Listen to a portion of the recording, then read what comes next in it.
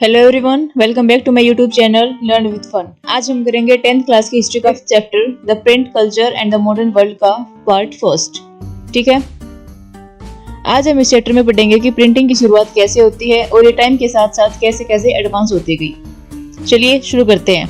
हमारा जो first topic है वो है द फर्स्ट प्रिंटेड बुक्स। तो आज से बहुत साल पहले ईस्ट एशिया से प्रिंटिंग की शुरुआत होती है, यानी कि ईस्ट एशिया से ही प्रिंट टेक्नोलॉजी की शुरुआत की जाती है। और यह शुरुआत 3 देशों में होती है। कौन से देशों में? China, Japan and south Korea. और इन देशों में हैंड प्रिंटिंग की जाती थी, यानी कि उस समय पर इतनी ज्यादा कोई टेक्नोलॉजी नहीं थी, तो हाथों से ही छपाई की जाती थी। ठीक है, चलिए अब देखते हैं कि चाइना में प्रिंटिंग की शुरुआत कैसे होती है। Print in China. तो 594 एडी यानी कि 594 एडी में चाइना में वुड ब्लॉक प्रिंटिंग मेथड का यूज किया जाता है। इस मेथड में क्या होता था, वुड ब्लॉक को एक पेपर पर रब किया जाता था और जो वुड ब्लॉक था उस पर इंक लगी हुई होती थी और वुड ब्लॉक पर जो भी पैटर्न होता था वो आसानी से पेपर पर छप जाता था। जैसे कि इस इमेज में दिखाया गया है, ये जो वुड ब्लॉक होते थे इन पर इंक लगी हुई होती थी और इनको पेपर पर रब किया जाता था, तो ऐसा का ऐसा प्रिंट आ जाता था। ठीक है, लेकिन इस मेथड में एक प्रॉब्लम थी। क्या प्रॉब्लम थी? ये जो इंक थी ये पेपर के दोनों साइड चली जाती थी। क्यों? क्योंकि उस समय पर जो पेपर होते थे ना वो बहुत ही पतले होते थे, तो इंक पेपर के दोनों साइड चली जाती थी और जिसके कारण उस समय पर अकॉर्डियन स्टाइल में बुक छपती थी, यानी कि एक ही साइड, पेपर के एक ही साइड पर छपाई की जाती थी। ठीक है, इसको बोलते हैं अकॉर्डियन स्टाइल बुक। चलिए अब देखते हैं कि चाइना को बुक्स क्यों चाहिए थी।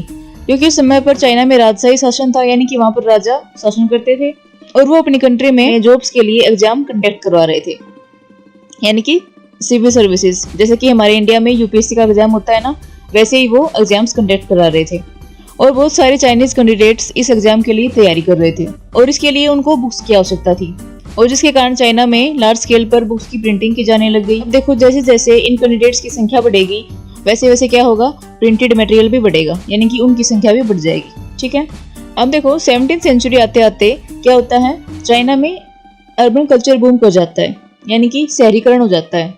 गांव के लोग शहरों की तरफ बढ़ने लगते हैं और जिसकी वजह से प्रिंटिंग और भी ज्यादा होने लगती है। और प्रिंट का इस्तेमाल सिर्फ स्कॉलर्स ही नहीं करते थे, बल्कि जो मर्चेंट्स थे वो भी प्रिंट का इस्तेमाल करते थे। क्यों?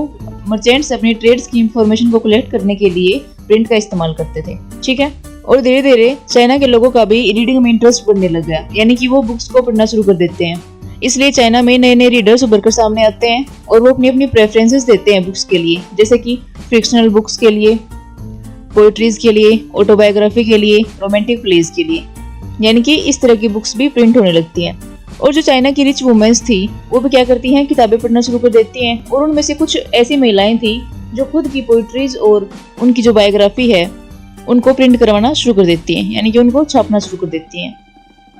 और ये जो प्रिंटिंग हो रही थी ना अभी तक, ये सभी हैंड प्रिंटिंग से हो रही थी, यानी कि अभी तक चाइना में मैकेनिकल प्रिंटिंग नहीं आई है। लेकिन 19th सेंचुरी तक चाइना में मैकेनिकल प्रिंटिंग भी आ जाती है और जैसे ही मैकेनिकल प्रिंटिंग आती है चाइना में प्रिंटेड मटेरियल्स का प्रोडक्शन और भी ज्यादा होने लगता है, यानी कि बड़ी तेजी से और भी ज्यादा प्रिंट छपने लगते हैं।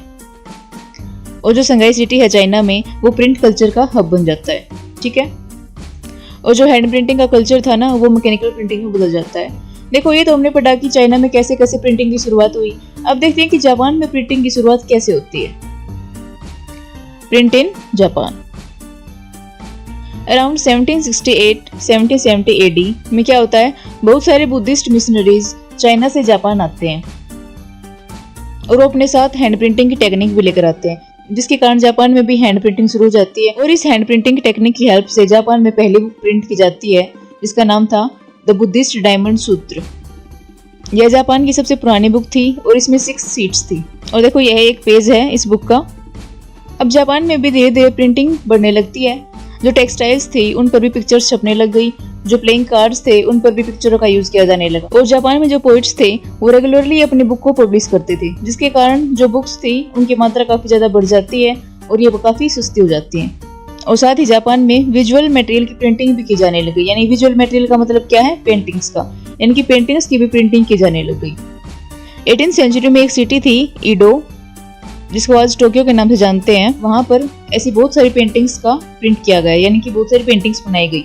यहाँ पर बहुत सारी पेंटिंग्स छपने लगती हैं जो कि अर्बन कल्चर को डिपिक्ट करती हैं, यानी कि जो अर्बन कल्चर का वर्णन करती हैं। चलिए एक ऐसे व्यक्ति के बारे में पढ़ते हैं जो जापान के काफी फेमस आर्टिस्ट थे, जिनका नाम था कितागावा उतामारो। यह जापान के एक फेमस आर्टिस्ट थे। इनका जन्म ईडो टोक्यो में होता है 1753 में। इन्होंने काफी अलग अलग तरीके की पेंटिंग्स बनाई, जैसे कि डिपिक्टिंग द फ्लोटिंग वर्ल्ड, यानी कि इन्होंने पेंटिंग्स के द्वारा यह बताया कि हम संसार को कैसे देखते हैं, और डिपिक्ट द ह्यूमन एक्सपीरियंसेस, यानी कि आम लोगों का एक्सपीरियंस कैसा होता है, इन्होंने ये अपनी पेंटिंग के द्वारा बताया।